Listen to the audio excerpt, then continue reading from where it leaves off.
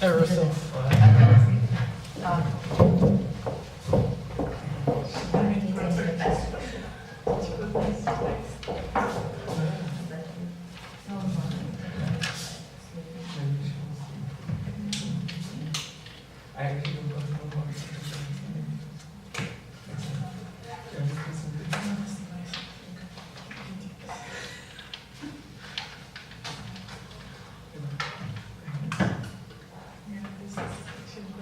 Frederick, I have a question later on the role of NATO.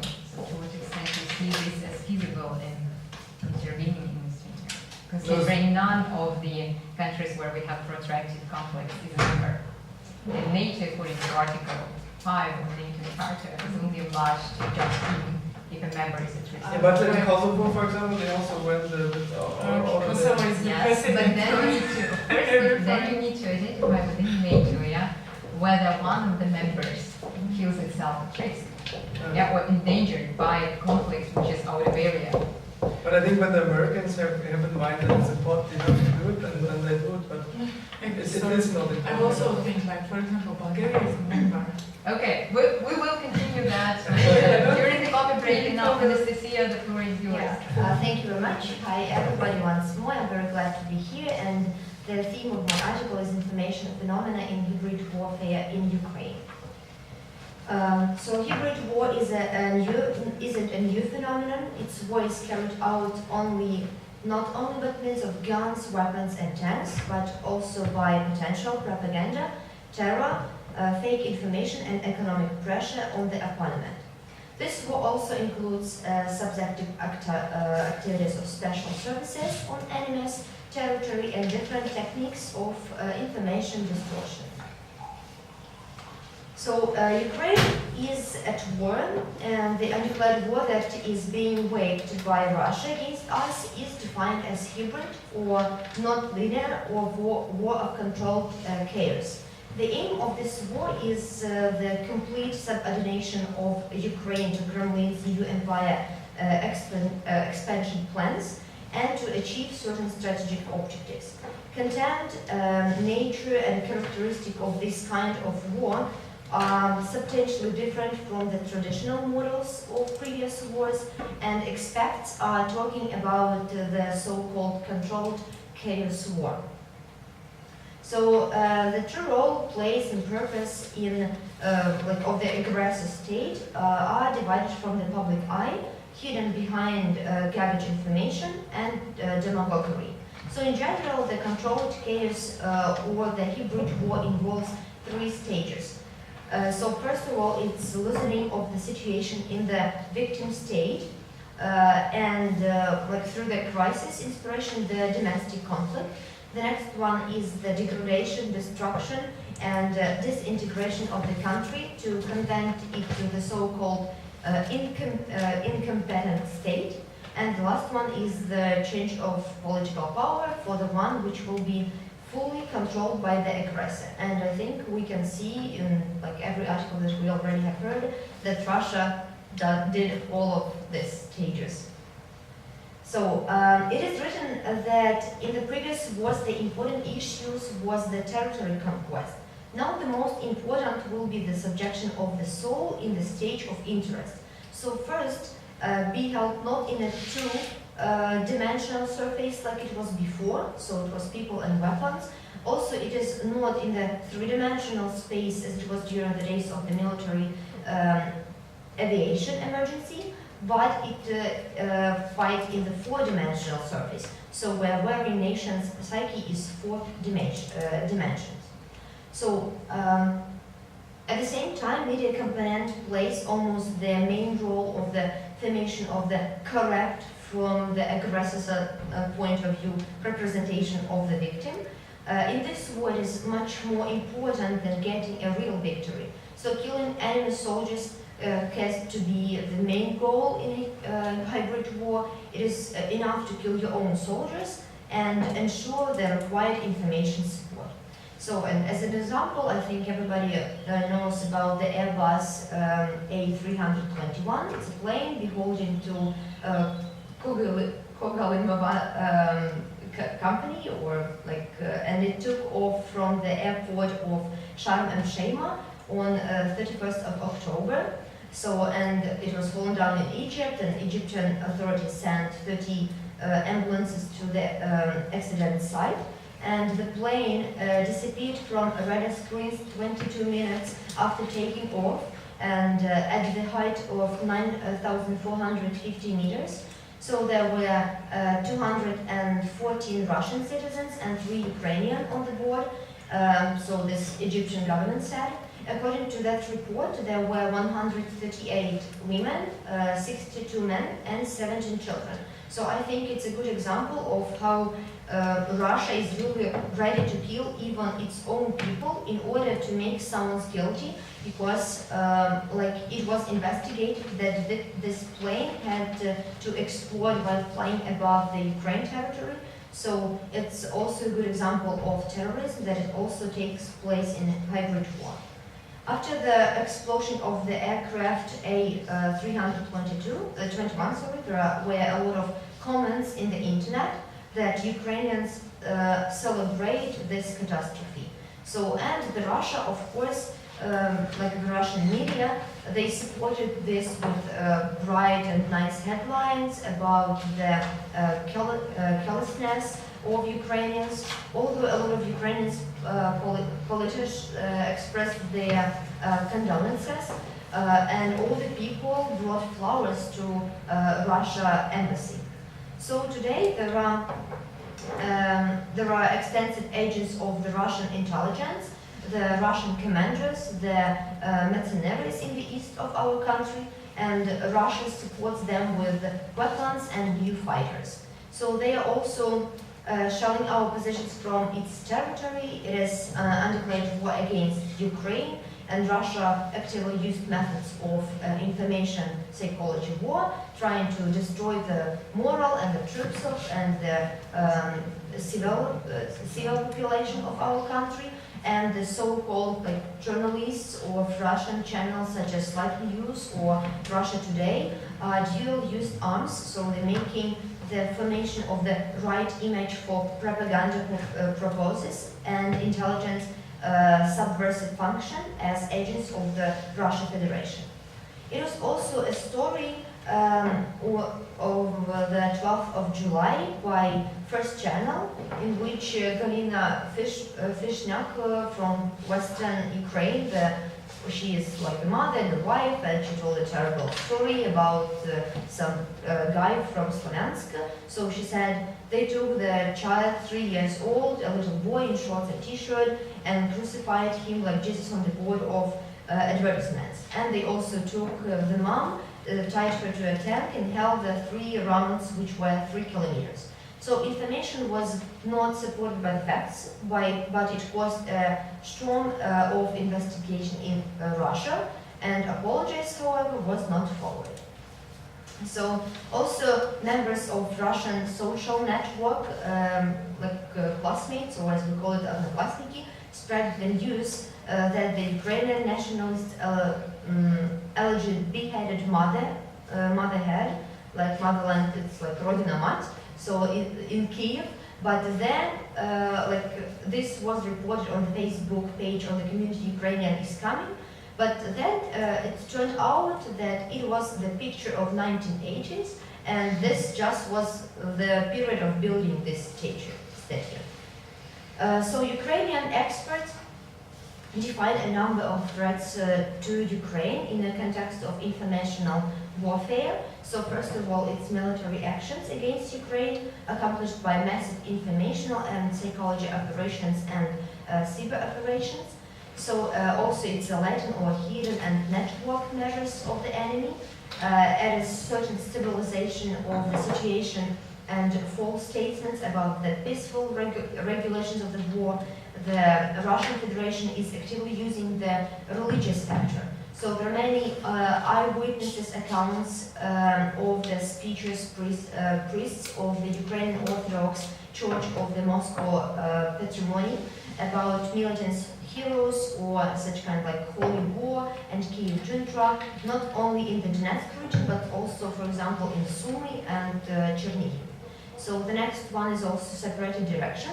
which is actively used in the spread of rumors. They are not only the individual active people, Russian TV, but also the news reports, and that are submitted in the written press, in the postcards, in some programs of local cable operators to disseminate the information.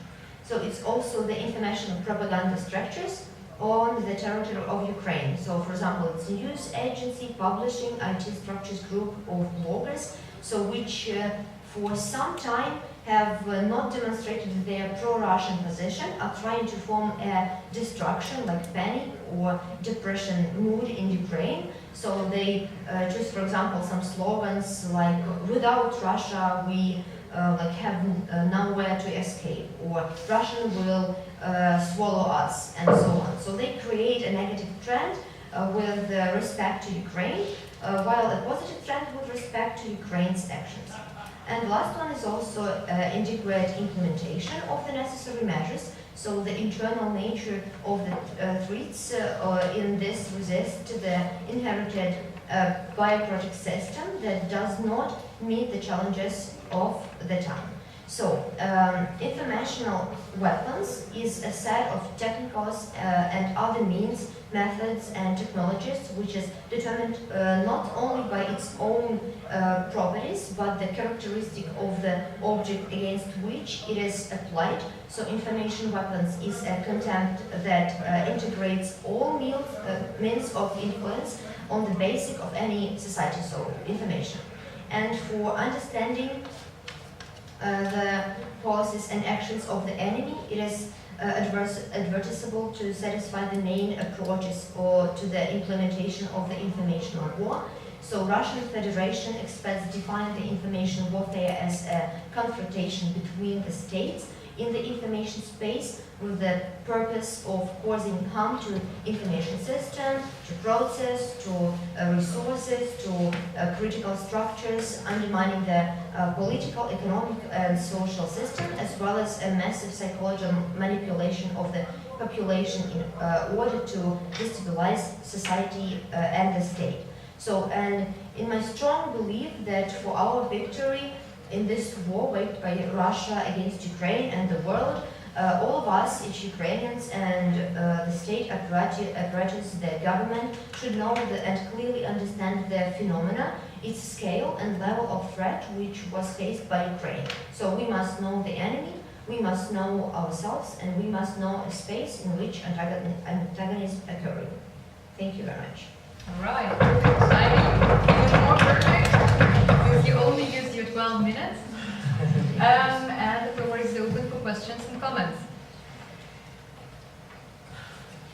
I have a question about definitions of the term of hybrid war. Who is author of this definition and of definition information warfare? You said Russian experts, but name me. Well, the name of who said this? Yeah, exactly. I will have this in my presentation, so if you Okay, okay. Other elements of hybrid warfare from the side of the Ukrainians? Are there any others, like examples? Counter. So, Well, counteraction seems the word for doing yeah. of hybrid war or of information war? I'm asking for both or for one? For both, okay. Well, my thing was mainly the informational war, like warfare in hybrid war. So I packed more more information like in this theme. So the main, I can tell that the main, for example, problem of Ukrainian government probably and Ukrainian society is that we don't have a good media in our country. So, for example, the territories Lugansk and Donetsk Oblast now, so Donbass, now are forced by Russia information. So, and this is the big problem of Ukraine. So I have the big impact on this theme. If I may just My- add to that because it directly relates to that. Because your presentation was primarily focused on what Russia does in terms of hybrid war and information war. And this is the one side of the coin. Yeah? In a war, you always have at least two sides. Otherwise, it's not a war. So I think the question was after examples of what Ukraine does in terms of information war. Is there some kind of response that you see to that on the Ukrainian side?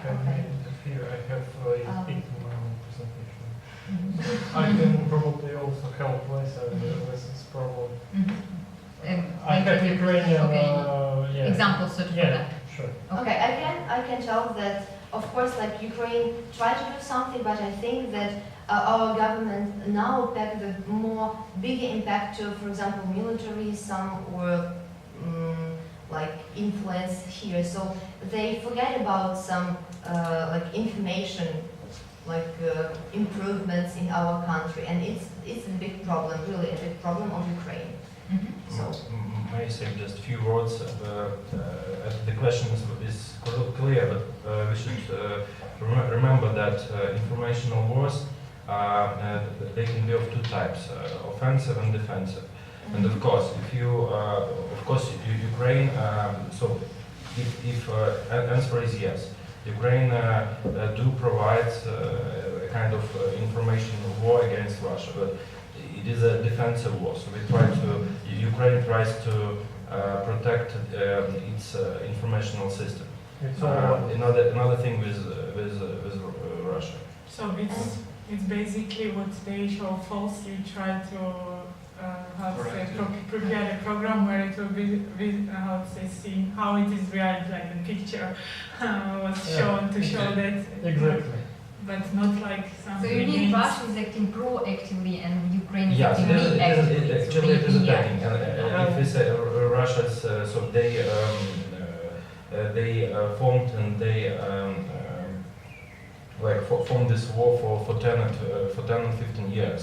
And Ukraine started to do this war only for 2 years, and it is so Russia is more effective in this process for now. But just to answer your question, name please examples of Ukrainian propaganda in Russia. No. Ukraine today? Ukraine today? Do you watch it? Yes.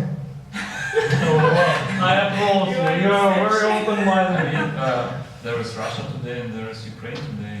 I mean, It's a question of resources, of course, to have more resources. I've just studied this workshop materials everyone's received, and there was a brilliant article about this informational warfare, and from the Russians it was stated that pardon.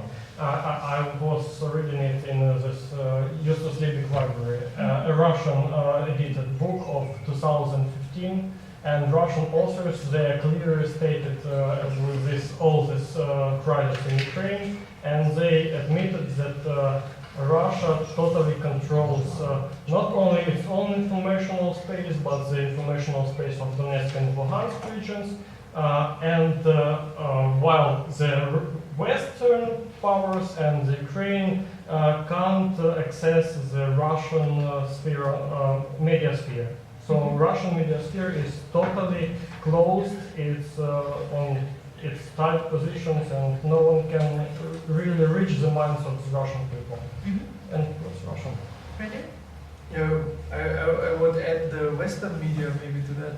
Maybe not Ukraine is opposing Russia that much, but the Western media is backing up more Ukraine than probably Russia. So you get help from the Western side. Yeah, that's true. So for example, we had some famous Spiegel cover, one of the biggest newspapers. They wrote in German, "Stop Putin now." So that was the cover of the title. I mean, it cannot be more precise actually. So at least in the European information space, Yeah, so maybe Russia is not only opposing like Ukraine media, but also our media. because in actually Ukrainian Russian war, it is not for Russia. It is not Ukrainian Russian war. This process is Russian war against West in general. Yeah. and that just Ukraine in this sense is like a contested field, a contested country, only one of contested territory. It's very important to understand this thing. Yeah, I think they fight against the USA in the background. Like, I think many people in Russia think that this finance from like Soros and all this. And Anglo-Saxon world, so they are opposing to Okay, back to the order. Yes, thank you. I actually partly wanted to say something what my colleague already has said. And then another thing is that there are different scopes of the war. The war in Russia is not against, I mean, like the informational war actually Russia has is not directed outwards. It is for their own citizens and for the citizens of Ukraine, partly, mainly on the territories which is had occupied, and well, not mainly for it. It's not a mass product for the other territory of Ukraine, and it has huge emotional resonance. I would not be afraid of saying lies, because mainly it does lie, and about this boy crucified, about you know our soldiers massacring population, just coming to streets and killing everybody, which is actually mainly is fake and which is highly emotional and is not you know based with facts.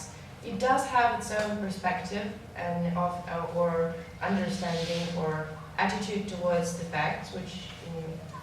And I'm a very big fan of Russian news. I read them on a daily basis, just in order to have a more global picture of what happens on the Ukrainian side and on the Russian side, of course. Okay. But I have the image, when I read Russian news, I have the image that Ukrainian people, you know, they're like monkeys who are randomly pressing the buttons, not knowing. I'm not really because you know, from the Ukrainian side, Russians are aggressive.